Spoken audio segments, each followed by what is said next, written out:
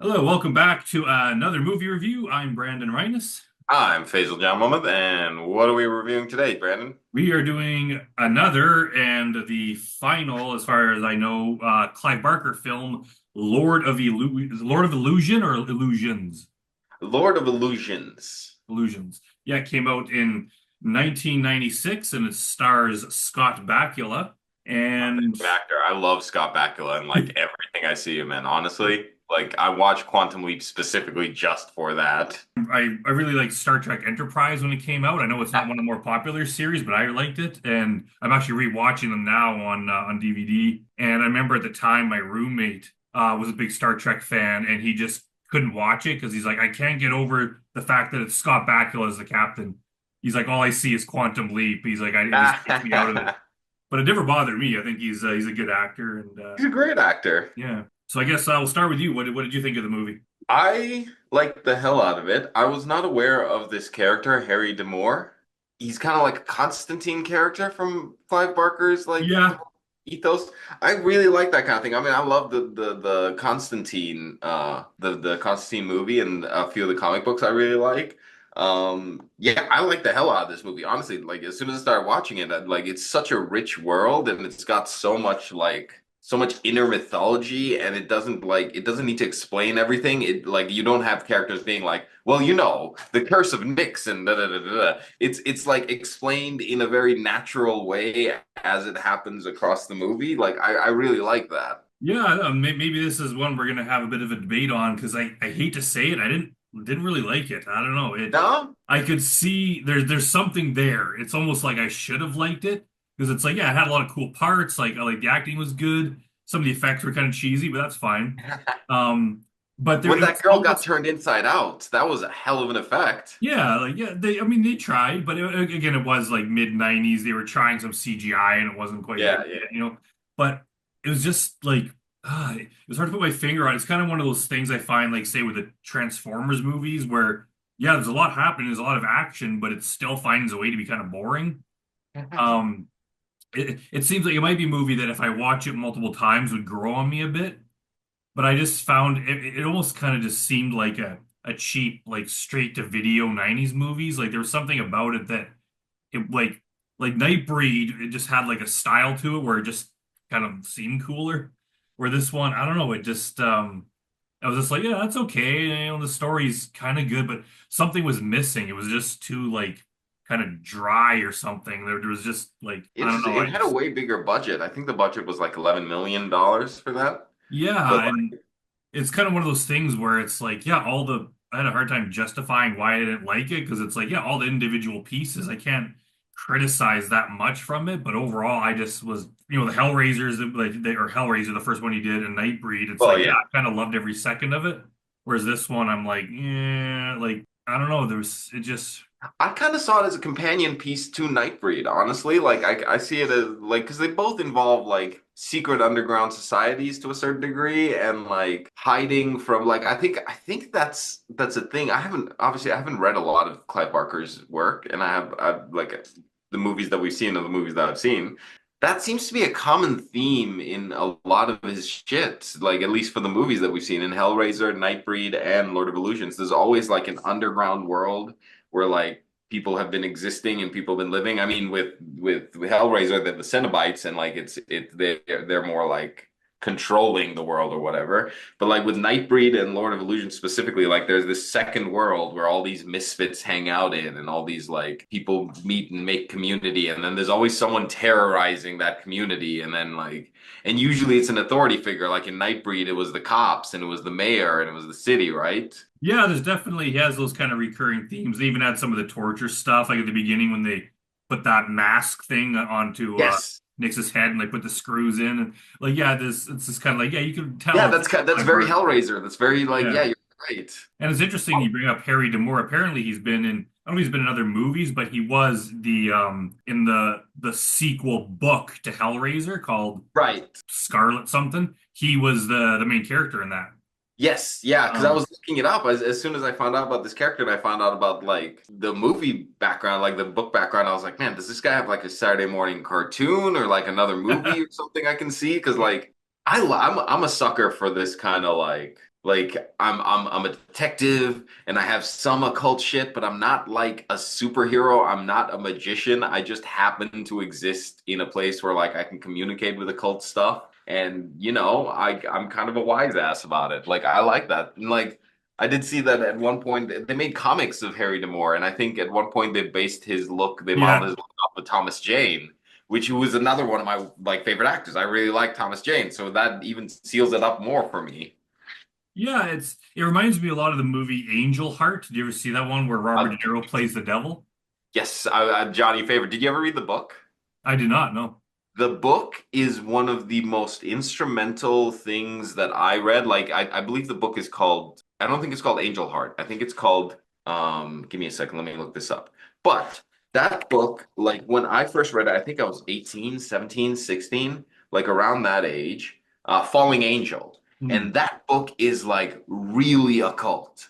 Like, it's really occult. It has all these, like, if you're just reading it, it's whatever. But if you read it and you pay attention to the names they're using, the books they're referencing, all that stuff, they like the William Hortzberg, I think is the author. He's telling you like about this world that exists and this world that you can engage in. And is essentially giving you the steps. So that book, Falling Angel, we've gotten off topic, but that book got me into the occult. That book got me into thinking about, and that movie too got me thinking about films and movies where the devil is like a neutral character, not an evil guy. I mean, they made Robert De Niro more of an evil guy, but in the book he's kind of like, eh.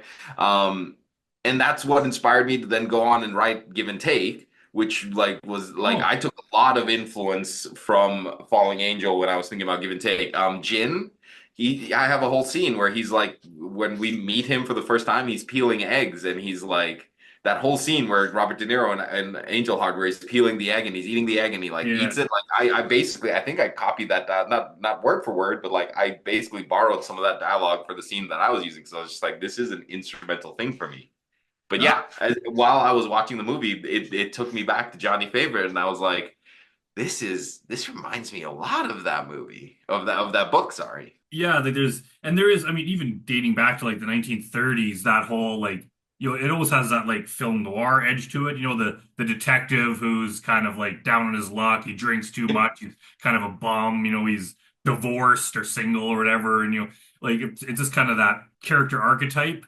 It's just they added a bit of a cult to it and modernized it a bit, but it's like that character's been around for like at least a Oh, hundred years. it's the best. I Um, think it was Videodrone. I can't remember, but they were like, we need to show that this detective character is a real piece of shit. What does he do? I think it was the Sting. When he gets up, he like he takes the used ground coffee grounds from the day before or whatever, and he just throws them back into a fresh coffee liner and he starts making coffee with the ground. That's like a way we can show he's a piece of shit without having him say anything. I wonder because I could be wrong, but like yeah, I think like Sherlock Holmes, which is like set in the 1800s, so like written in the 1800s, I think, late Mhm. 1800s. He was like a more like successful, lived a He was good a life. gentleman detective, Yeah, big cokehead. yeah. Well, everyone's got their faults, but at least he he was more upper class, and then somehow over the ensuing decades that changed, and I guess they're like, how about we switch it? We make him he's a total dirtball kind of guy. And Well, did that you was ever so watch? popular that it lasted for, the next 100 years. Did you ever watch any of those like Jimmy Cagney, like Angels with Dirty Faces, or like those old film noir things? I I think haven't like actually The got a Big box Sleep. set that has a bunch of those on it, but I haven't watched them yet, no. They're pretty good, but I think so. Like I think you're on the right track. Maybe like Sherlock Holmes was this gentleman detective guy, and then you get Jimmy Cagney showing up, and he's not rough he's not the full roughness, but he's kind of like, what are you doing here? And he's almost like almost as much a criminal as he is a detective. Yeah. And then I guess like as they moved on, they just were like, let's just throw this all the way. Like let's just make it. Is he a criminal? Is he a detective? Who the fuck knows? It's whoever's paying him. Which is fine. And in the case of Lord of Illusions, it was like a cool character. And yeah, you could definitely see the Constantine where he's kind of like some guy wrapped up in the occult kind of stuff. It I just do like, wish Scott Bakula's tattoos were cooler. That's one thing I guess I can say. I I like didn't even Constantine notice. tattoos. Constantine tattoos. They have a similar shtick, I guess, where like their occult tattoos are like part of their protection or whatever, and they use their occult tattoos. But I think in the movie, Scott Bakula just has this one big tattoo on his back. Oh, okay, yeah, right now I remember. Yeah. I don't know if it's the same in the comic books or not, and like whatever, but like Constantine's occult tattoos are really cool. I just wish his occult tattoos are a little cooler. Yeah, I do want to reference one part here, and I'm going to actually show it right now. Somebody there.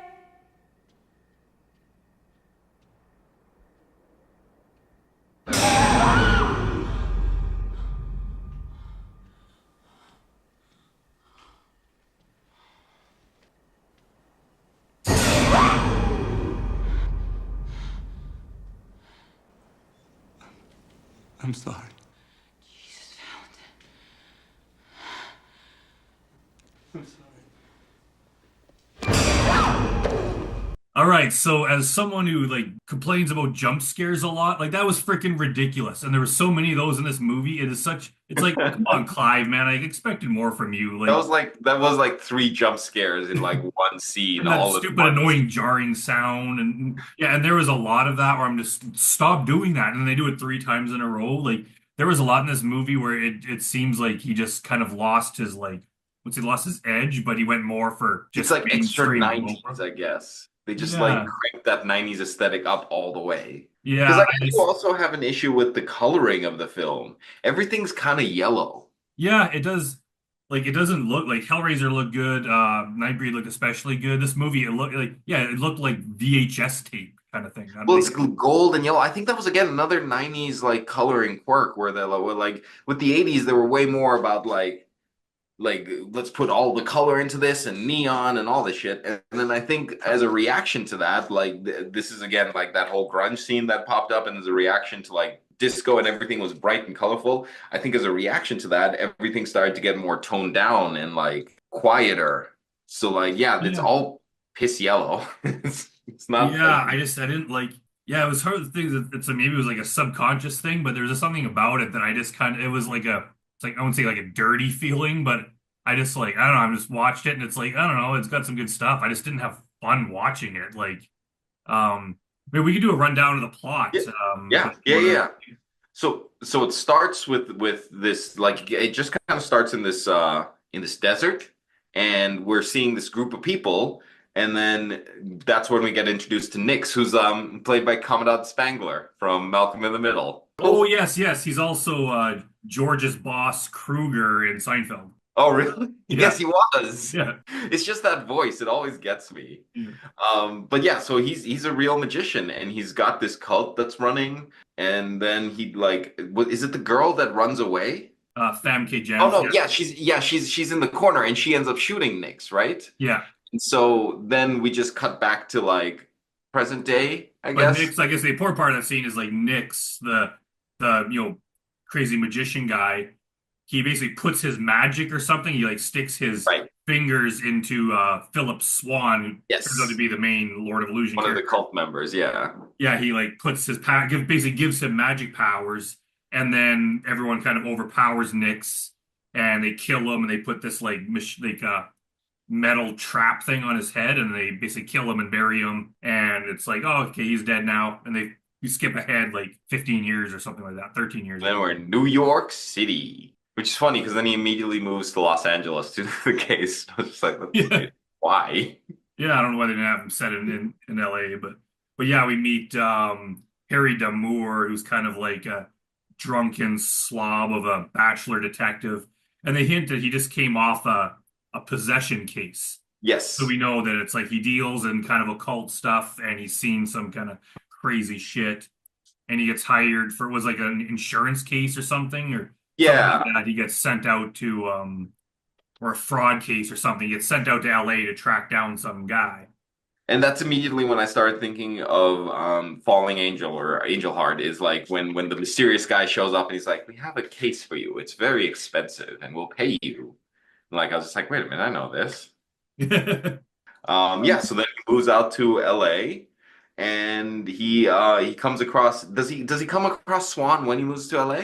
He comes like the first thing he's tracking down that guy that he was hired to track down. Yep. And as he's doing that, he kind of stumbles across a crime scene where one of the cult members from the opening scene has been tortured by these two crazy guys who were like hardcore members of this cult. So this other guy, I guess they figured he was a traitor and they stick a bunch of knives in him. And then of course then Harry Damour is basically now swept up in this new case. And then he finds Harry Damour. Was he hired by his wife or was he hired by the butler dude? Yeah, I know. It's been 2 days since I watched it. I'm like, Yeah. damn it. Anyways, either way, he starts a job he starts a job, and then that's how he meets Philip Swan because he's like working in the club that Philip Swan is performing magic in, right? Yeah. And then the young girl who was rescued in the opening scene, she's now grown up and Into she's like femme guy. married to Philip Swan, the guy that saved her, even though she says she doesn't love him, but she's like, he saved my life. So she feels like I kind of owe obligated him to, one. yeah, which is kind of makes the guy look like a creep. I saved your life when you were a teenager. Now you got to marry Ah, me. you got marry me.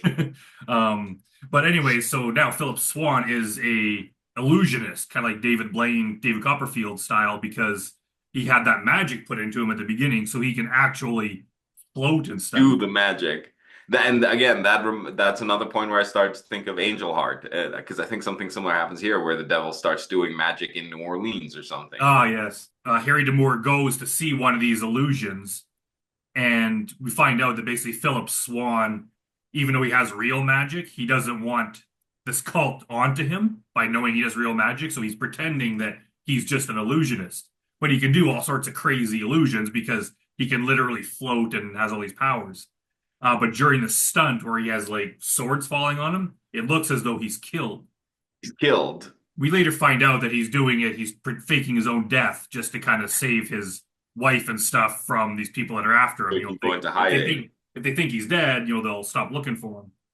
And basically from then on, Harry Damour is now swept up in this cult. And then he finds out that Philip Swan's still alive. He's kind of jealous because Harry Damour was Making out with his wife. nailing his wife. So there's a bunch of stuff happens there. And then, yeah, it gets kind of, you know, I don't want to ruin the entire story for people who watch, but But they end up like having to like discover basically like he finds out that he's not dead, and then they have to like because Nyx is gonna come back essentially. yeah, so the cult members they want to find out where they're trying to find Philip Swan to figure out where their leader's body was buried way Body's back when. buried, so they can bring him back.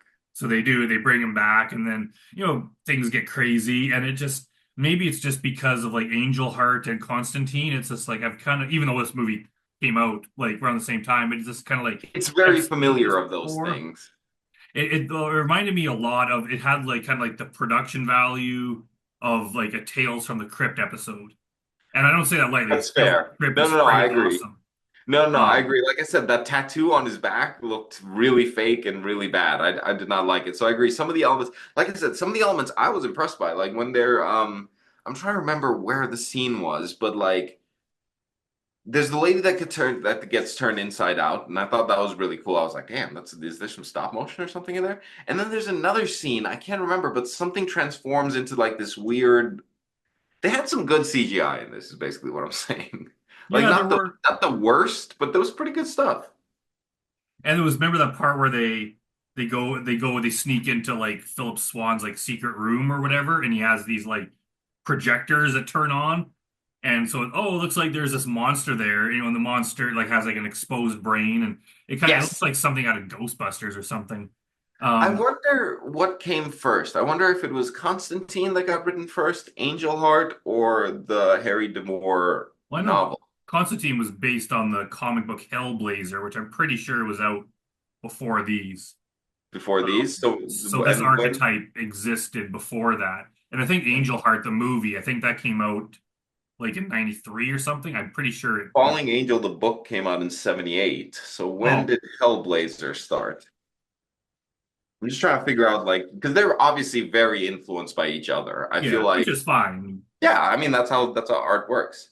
1988. So 78 is Falling Angel. 10 years later, 1988 is Hellblazer. And then I guess 95 or I don't know when the first Harry D'Amour book came out. Let's see here. Blah blah blah. Fictional character history. Yeah, it was The Last Illusion, which is a short story. Books of Blood, Volume 6.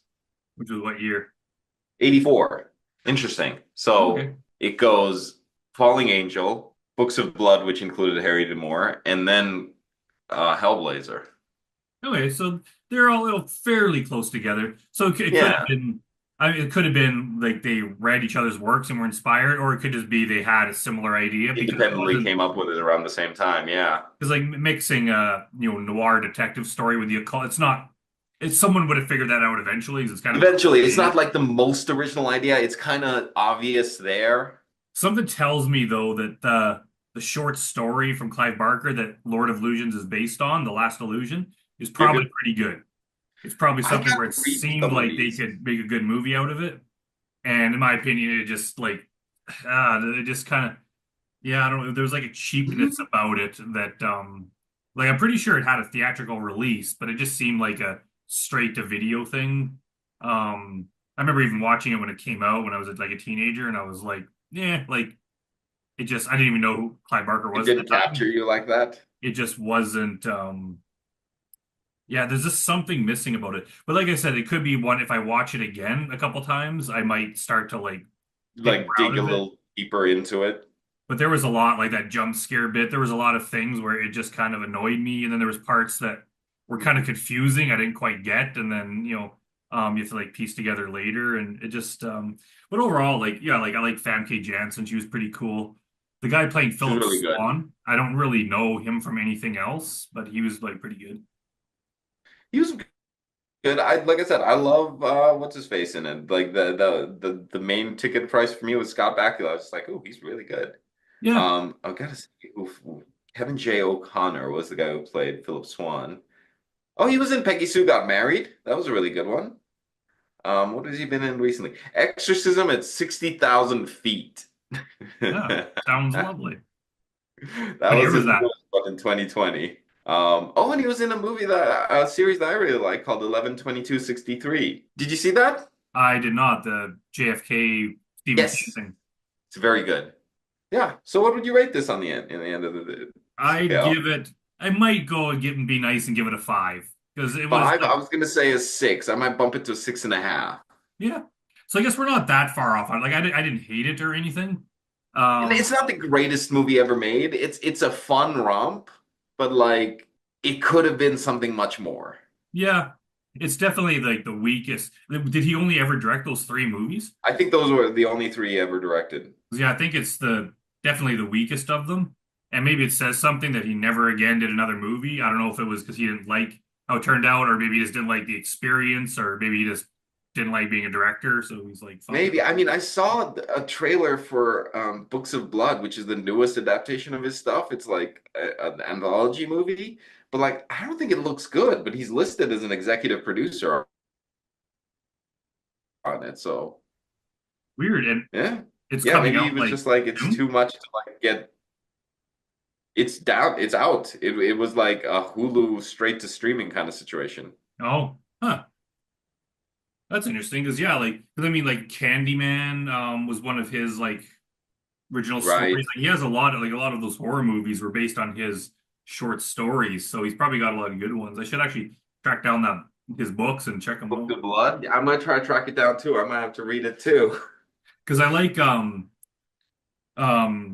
Stephen King's books like Night Shift and Skeleton Crew, like his short story collections are some of my favorite books of his. Like those are like really cool. Well, even that 11/22/63, that's a Stephen King book. Yeah. I It's like just, his short story collections better than I like his full novels. did you ever peruse through his Dollar Babies? Those are his like he's got a whole list of short stories he's written and he calls them Dollar Babies and he's got Oh a yeah, website yes, you can okay. go to and you can like license it for $1 and make your own Stephen King adaptation. Yeah. Yeah, I think Yep. I think I've seen a couple of those like at some point. Uh-huh. It's just honestly to me it just seems almost like a fan film, which I detest. So I That's fair. which That's just I how guess much he technically writes. if you're licensing it, you have the right. I guess it's technically not, but It's just how much he writes. He's just like, I can't stop. I had to give up cocaine and alcohol in the 80s. All I have is writing. yeah. Yeah, you say what you want about Stephen King, he does write a lot.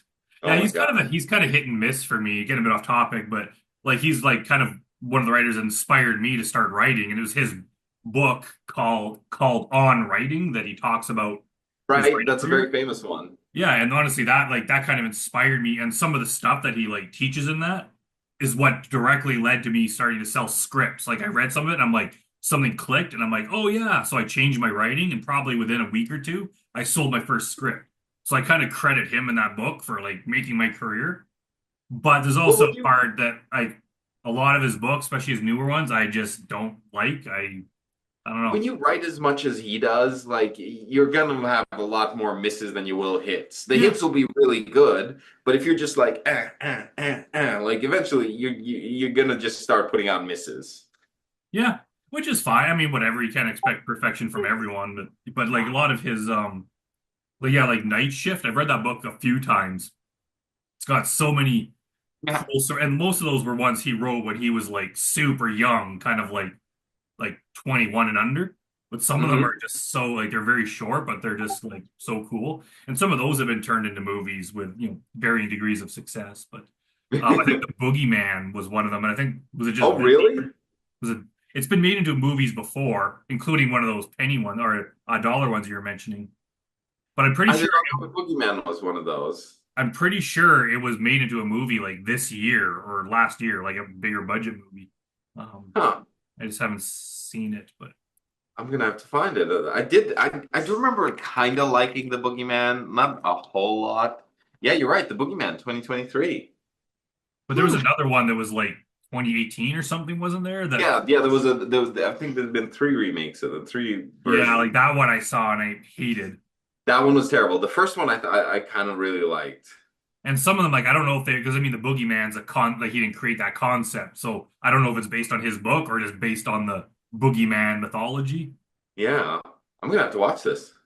But there was, I think it was one of the first of those dollar ones that I watched. It was like it was like 5 minutes long or something. I watched it like probably 2005 or something, Uh-huh. and it was made by like a student filmmaker, so it was not that good.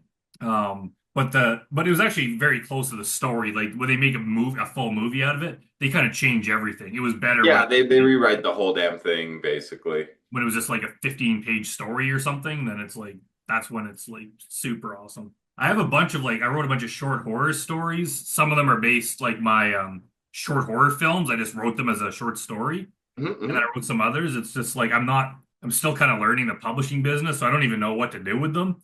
I just have them sitting there, but I was like, I don't know, maybe there's like a creepy pasta website or something that I could like submit them to. Like I just don't know enough about it. I've been too busy to research how to get them out there, but Well, yeah, maybe we should look at getting you to put out an anthology or something. Like I maybe was thinking about that because I publishing. published kind of my, I did I'm Haunted as a book and Man in the Box that I self-published, and people seem to like those books, but yeah. That's a big thing on Kindle now. Like everybody's like because they have so much AI crap all over the Kindle book space.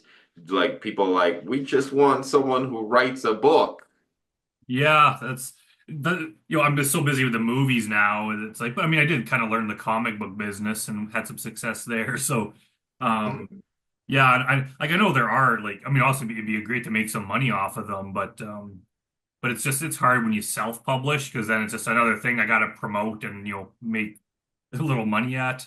Um, it'd be awesome if I could get. I did get like a traditional publishing deal with my "You're the Reason Mummy Drinks" like children's book. Yeah, yeah, And yeah, I yeah. made a bit of money in there, and then they finally can't like the deal ended or whatever, so I got the rights to that back. Yeah, I kind of like writing novels, so maybe I'll get back into finishing It's finishing kind some of more of those. you're not constrained by Budget. budget basically. Yeah. Which is kind of funny because like as I'm writing, like I have like a vampire like screenplay that I wrote that I've been pitching around a bit, and I'm starting to turn that into a book. But in my mind, as I'm writing, I'm like trying to keep the budget down. So you can adapt it one Yeah, day. but then I'm like, no, I don't gotta. It's like I can do whatever I want because there's no budget in the book, but it's like I can't help. I'm like, okay, I gotta cheat this a little bit so we don't have to like do it the expensive way. But it's like maybe we can do it the expensive way. It's a novel. But it was Hey, you funny gotta because meet the right producer. Um, actually, Scott Myers, who we interviewed on our podcast for fun, basically. I never usually pay for like screenplay reviews, but I was like, yeah, I'll just do it to kind of see what I was see what. thinking about that too when he mentioned it. I was, now that you've said it, I think I'm going to submit one or two of my screenplays because I really need some critical screen feedback on some of my screenplays. So I was thinking about it. Yeah, I normally don't care what people think unless they're prepared to like, it's like, hey, if you're gonna like hire Explain it. me or make my movie, but I was like, I'll do it just to see. So I gave him submitted my vampire movie, and I was expecting the worst, especially when he opens like the first paragraph was like, it's like there's been so many vampire movies that like people are sick of them. He's like, there's no new territory you could do on this, and I was like, oh God, I can see where. Yeah, Then he's he's going to like, tear it to except, shreds. but then he's like, except your screenplay. He's like, you actually found an original thing to do, and Hey, I was like, oh yeah. Um, so he had quite a bit of praise for it, which I was not expecting. Cool. all right. Well, we Anyways, kind of so went on a that little bit of a tangent, but I think I love. I know we're not that different, but still, I enjoy this movie, and I think you didn't quite enjoy this movie. yeah, there was some elements. It was okay, but maybe it's just kind of coming off Hellraiser and Nightbreed that were so great that this one Such is, a high. yeah, it's kind of not as good by comparison. But anyways, we'll be back next time, and we'll see everyone later. See you later.